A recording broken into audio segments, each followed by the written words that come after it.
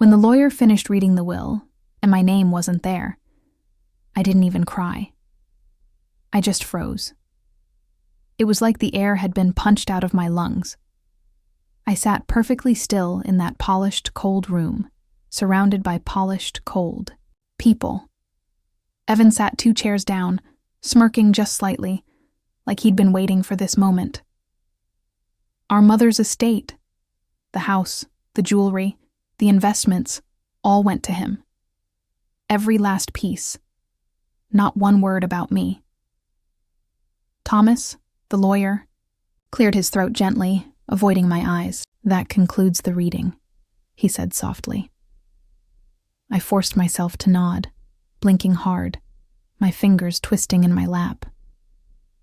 I didn't trust myself to speak. I had spent weeks imagining this moment, not because I wanted the money, but because I needed something. Some sign that my mother had seen me, loved me, remembered me. But when the words were spoken, they landed like a slap. I could feel Evan watching me, his gaze sharp and triumphant. For as long as I could remember, he had been the golden child, the one Mom defended, praised, adored. I was the difficult one, the outsider. My chest burned, but my face stayed still. I wasn't going to give Evan the satisfaction. I wasn't going to break down in front of Thomas or the extended relatives silently sipping coffee on the leather couches. As the room emptied, Thomas approached quietly. "Rachel, there's something else." His voice was low, hesitant. I looked up sharply, heart stuttering in my chest. "She left this for you." He handed me a thick cream envelope, sealed, my name written on the front in her unmistakable handwriting. My fingers trembled slightly as I took it. "What is this?" I felt Evan's eyes flick toward me briefly, curiosity flickering across his perfect, polished face. I tucked the envelope into my bag quickly, standing. "Thank you," I whispered to Thomas. Then I turned and walked out before Evan could open his mouth. Outside, the cold air hit me like a slap. I stood on the sidewalk, heart pounding, staring at the cars rushing past, clutching the envelope like it might vanish if I let go. For a moment, I wanted to throw it away, rip it open and burn it, scream at the sky. But instead, I just stood there, breathing, feeling the full, raw weight of heartbreak settle into my bones. She left me nothing, or so everyone thought. But the truth was folded in my hands. And part of me already knew. This wasn't the end of the story. It was just the beginning. I sat on my bed that night, the envelope resting on my lap like it might detonate. My fingers traced the edges, feeling the weight of the paper, the familiar curve of her handwriting. Rachel. My throat tightened. A girl like me should have known. Better, right? Better than to hope. Better than to ache for some last-minute sign of love. Growing up, my mother and I had always been oil and water. Where Evan charmed, I clashed. Where he obeyed, I questioned. Mom used to tell me, "You're too sharp, Rachel. Men don't like sharp women." Even now, I could hear her voice curling in my head. The will reading had been humiliating, but not surprising. Evan inherited the house, the stocks, the heirlooms. I inherited silence. It was just like her, a final punishment, a final erasure. Or so I thought. I stared at the envelope, heart pounding.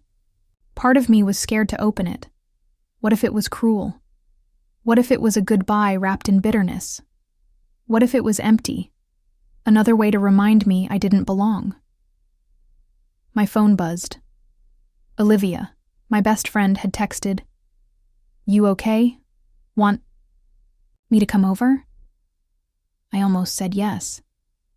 But something inside told me this was something I had to face alone. I thought about the last time I saw my mother, lying frail in that hospital bed, her eyes sharp even as her body weakened. "Evan's taking care of everything," she murmured, her fingers cold in mine. "You'll be fine, Rachel. You've always been tough." It hadn't sounded like love then. It sounded like a dismissal. I pressed the envelope to my chest, closing my eyes, breathing in the faint scent of her perfume still clinging to the paper. My emotions churned. Longing, grief, anger, doubt. Why now, Mom? Why this? When I was younger, I used to imagine moments like this. Dramatic, cinematic, life-changing. But now that I was here, all I felt was exhaustion, a bone-deep ache from years of trying to earn something she never wanted to give. I thought about Evan, probably already planning renovations to the family home, probably bragging about his windfall to his friends. He had won. Again, just like always. But here I was, sitting alone, holding something he didn't know existed, something she hadn't wanted him to see. That fact alone sparked the smallest flicker of curiosity through the numbness. I picked up a letter opener from my desk, sliding it carefully under the flap. My hands shook slightly as I sliced the envelope open, heart in my throat. This was it. This was the moment. The moment I would finally know why she left this just for me. I slid the letter out of the envelope, hands trembling, breath caught in my throat. My eyes darted over the familiar handwriting, each word hitting me like a wave. My Rachel. The words blurred slightly as tears threatened, but I forced myself to keep reading. She hadn't left me nothing. She'd left me this. A letter, handwritten, private. And as I read, my stomach twisted with something raw and bitter. She spoke of regrets, of things unsaid, but also of choices she'd made. Deliberate, painful choices. He lied, and they all watched. That line circled in my head as I read her words describing Evan. She knew. She always knew. She wrote that. She saw his manipulation, his charm, his selfishness. But she was too tired, too old, too tangled in her own guilt to fight him in the open. I sat there shaking as the humiliation hit me full force. She had watched him gaslight me, belittle me, overshadow me, and she'd let it happen. She let me believe I was the problem. She let me carry the weight of being difficult, ungrateful, unlovable. My fists clenched around the letter. I wanted to scream, to throw something, to rip the paper in two. But I didn't. Instead, I reread the final lines, where she hinted, almost cryptically, at something else. What's yours is yours. I couldn't say it then, but you'll find what I've set aside. Trust Thomas. My breath caught. Trust Thomas? My eyes darted back to the envelope. No, not just a letter. Something else was there, tucked in the corner. I pulled out a second slip of paper, a note addressed to Thomas, in my mother's shaky handwriting, sealed. My pulse quickened. Why had he waited to give this to me? What was in here that wasn't meant for Evan or the rest of the family? I thought about the dinner table arguments, the slammed doors, the years of feeling like an outsider in my own family. The betrayal wasn't just Evan's. It was hers, too. She had watched me drown and handed Evan the lifeboat every time. But maybe, just maybe, this envelope was her lifeline to me now. Her late, clumsy, broken attempt at redemption. The anger simmered under my skin as I stared at the second envelope. I'd been humiliated at the will reading, cut out publicly, erased. But this was private. This was something no one else knew about. My fingers trembled as I texted Thomas. I need to see you, tomorrow. He replied almost immediately. Of course, come by the office. I leaned back against the headboard, the letter clutched in my hands, heart pounding. I didn't know if I was ready to forgive her. I didn't know if I ever could, but I was ready to find out what she had left and why she'd hidden it. The next morning, I stood outside Thomas's office, heart hammering in my chest. I clutched the sealed note in my hand, feeling the weight of everything my mother had left unsaid. This wasn't grief. This was punishment. She had let me believe, right up until her last breath, that I didn't matter. Inside, Thomas greeted me with a quiet, somber expression. "Rachel," he said softly, gesturing me into the office. His voice was careful, measured, the voice of a man who knew he was about to upend someone's world. I handed him the note without a word, my fingers cold. His brow furrowed slightly as he opened it, reading quickly, his eyes scanning the lines. His face shifted, surprise, confusion, then something like understanding. He reached into a locked drawer and pulled out a slim black folder, setting it gently on the desk between us. "She instructed me to give you this if you came," he said quietly. My breath caught in my throat. I opened it slowly, pulse roaring in my ears. Inside were documents, a separate account, a trust fund, property deeds. My eyes widened. My name was on everything, not Evan's, mine. Tears pricked my eyes as I flipped through page after page, realizing what she'd done. She hadn't cut me out. She'd hidden everything, leaving Evan the flashy estate and the public praise, but saving the real legacy, the one he didn't even know existed, for me. My chest tightened painfully. Why? Why hide it? Why let me stand humiliated at the will reading, thinking I'd been erased? The betrayal stung fresh, tangled with a grief so sharp it made my hands shake. "She wanted you protected," Thomas said softly, as if reading my thoughts. She didn't trust Evan to handle this responsibly. She knew he'd manipulate, take, twist things. She wanted you to have something untouched, something yours. I covered my mouth with one hand, blinking hard, struggling to process the storm of emotions crashing through me.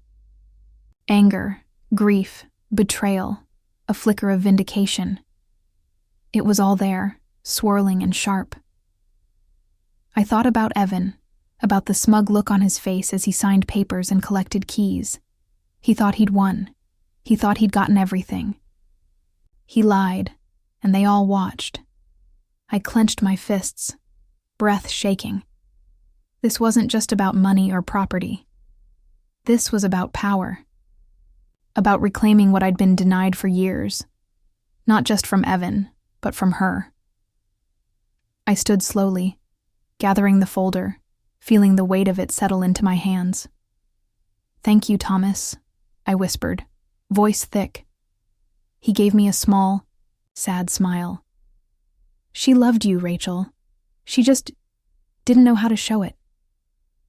I walked out of that office into the blinding sunlight, heart pounding, chest tight, mind racing. For the first time in my life, I held something Evan couldn't touch, and I knew this story wasn't over yet. I sat alone in my apartment that night, the folder spread out on the coffee table, the documents glowing under the soft light.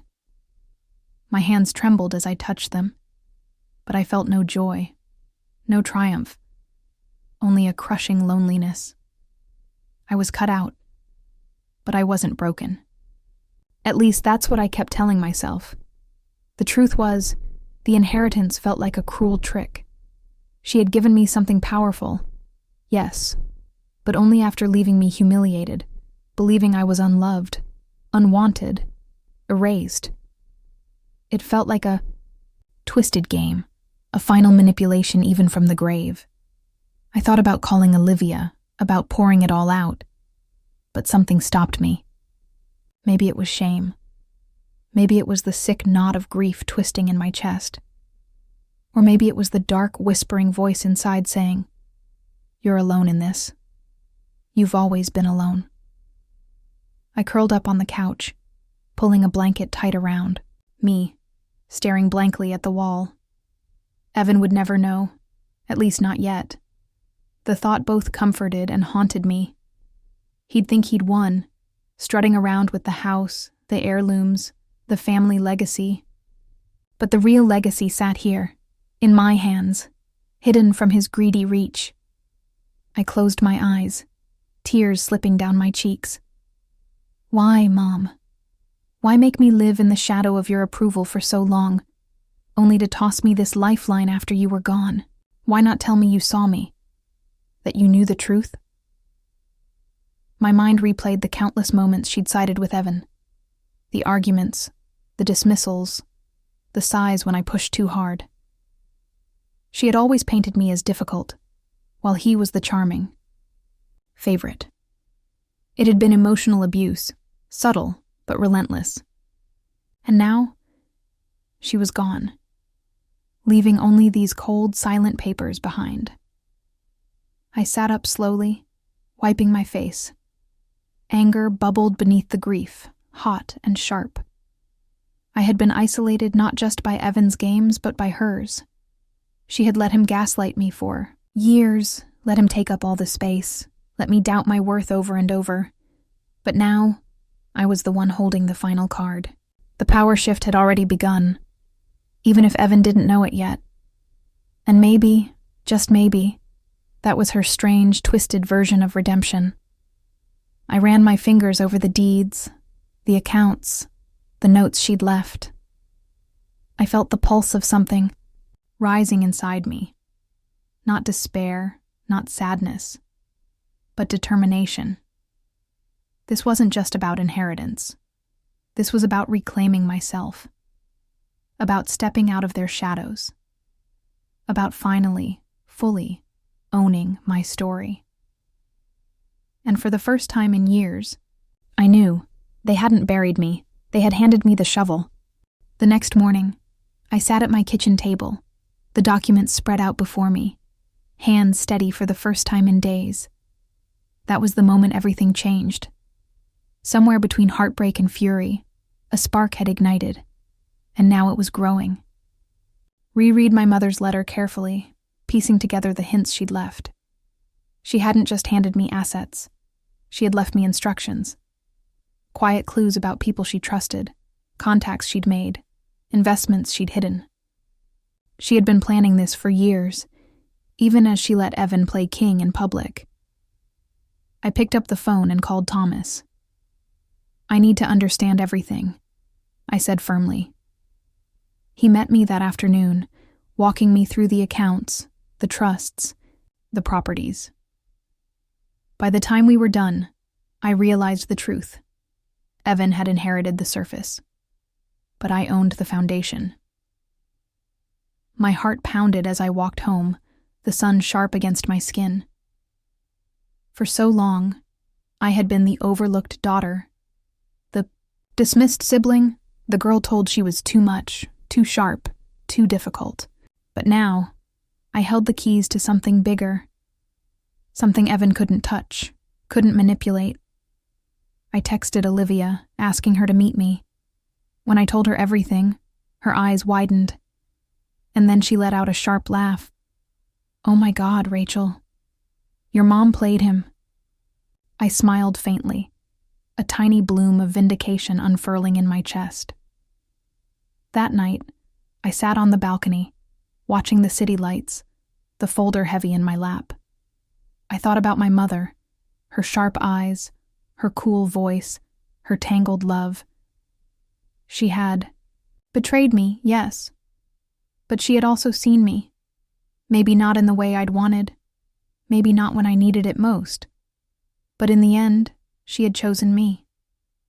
I felt the old pain loosen just slightly, the old grief shift into something softer. I wasn't whole, not yet, but I wasn't powerless anymore. I stared up at the stars, a quiet promise building inside me. I would use what she left me.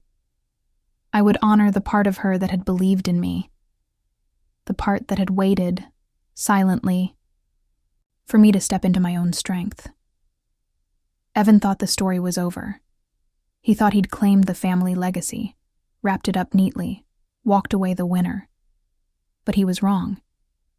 Because what my mother had given me wasn't just an inheritance. It was an advantage, a secret weapon, a second chance. And soon, the balance of power was going to shift. I stood in front of Evan's house, folder in hand, heart pounding. He answered the door with his usual smug grin, arms folded, all charm. "Rachel," he said smoothly, "what brings you here?"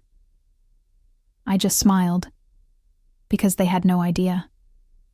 Inside, the house was already redecorated, the walls freshly painted, our mother's portrait replaced with sleek modern art. Evan poured himself a drink, leaning casually against the counter.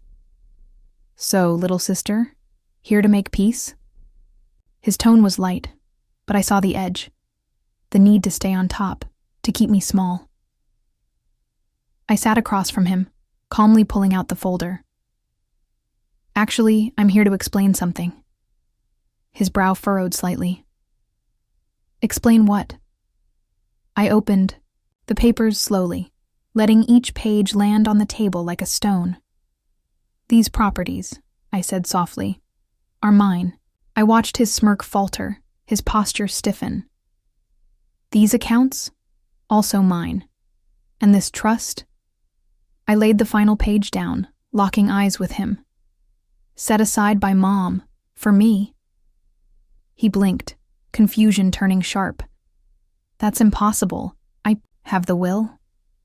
I leaned in slightly. "No, Evan. You have a will. You don't have everything." His face twisted, anger flickering through. "She wouldn't do that. She trusted me." My chest tightened, the old familiar ache, but I stayed calm. "She trusted you to play the public role. She trusted me to carry the real weight." His hands clenched, voice rising. "This isn't fair, Rachel. But I held up a hand, cutting him off. "Fair? You've gaslighted me our whole lives, Evan. You took the credit, the attention, the praise, while I was told to sit quietly in your shadow." His mouth opened, then closed, his confidence cracking for the first time. "This isn't over," he said quietly. I smiled faintly. "Oh, I know. But this time, Evan, you're not the one holding the cards."